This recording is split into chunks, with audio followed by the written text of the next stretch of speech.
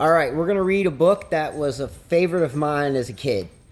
Caps for Sale. All right, A Tale of a Peddler, Some Monkeys and Their Monkey Business by Esfer Slobakina. I love this book. All right, Caps for Sale.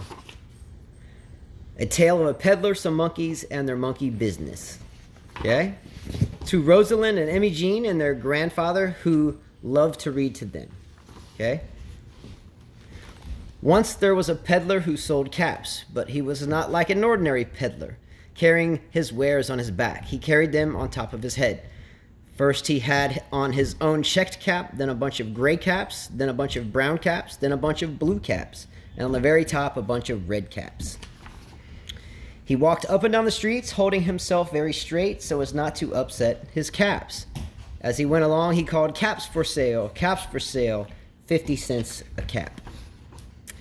One morning, he couldn't sell any caps. He walked up the street, and he walked down the street, calling, caps for sale, 50 cents a cap."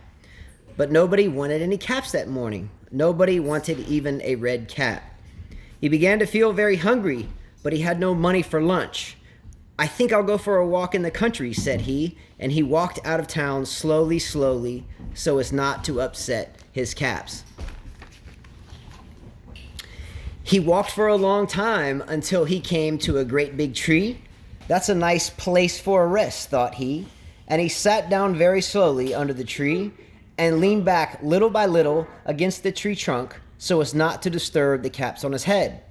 Then he put up his hand to feel as if they were straight. First he checked his own checked cap, then the gray caps, then the brown caps, then the blue caps, then the red caps on the very top. They were all there, so he went to sleep. He slept for a long time. When he woke up, he was refreshed and rested.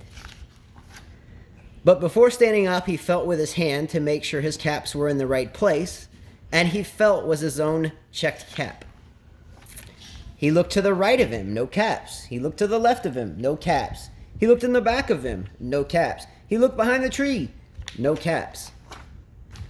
Then he looked up into the tree, and what do you think he saw? On every branch sat a monkey. On every monkey was a gray or a brown or a blue or a red cap.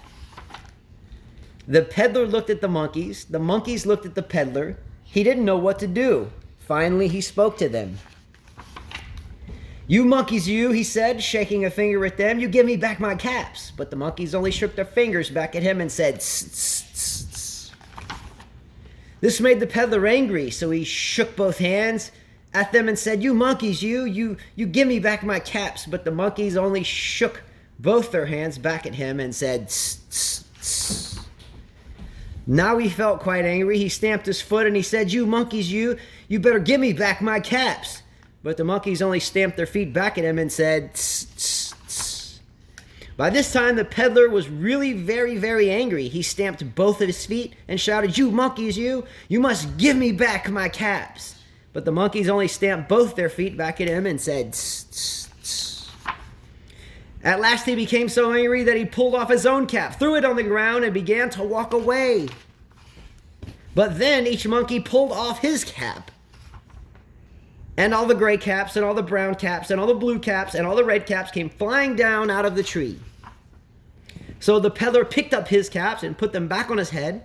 First his own checked cap, then the gray caps, then the brown caps, then the blue caps, then the red caps on the very top. And slowly he walked back to town calling, "Caps for sale, 50 cents a cap." The end. It's one of my favorite books of a kid. It relates to life a lot, right? Mm-hmm. Keep plodding along.